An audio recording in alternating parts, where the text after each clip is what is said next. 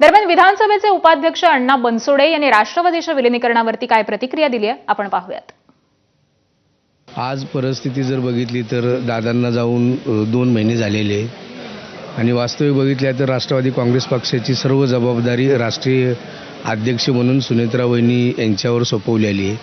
तर माझं जर मत जाणून घ्यायचं असेल तर राष्ट्रवादी काँग्रेस पक्षाच्या सर्वच नेत्यांनी म्हणजे माझ्यासारख्या आमदारांनी, पक्षाच्या प्रमुख कार्यकर्त्यांनी, राष्ट्रवादी काँग्रेस पक्षाच्या अध्यक्षांनी सर्वांची अशी इच्छा व्यक्त केलेली आहे की सुनेत्रा वहिनीच्या नेतृत्वाखाली जर दोन्ही पक्ष एकत्र झाले तर महाराष्ट्रामध्ये सर्वजण एकजुटीने काम करतील।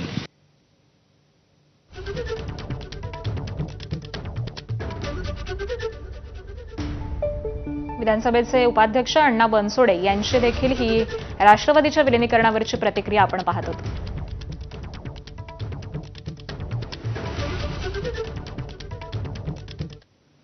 आणि यानंतर आत्ताची एक ब्रेकिंग बातमी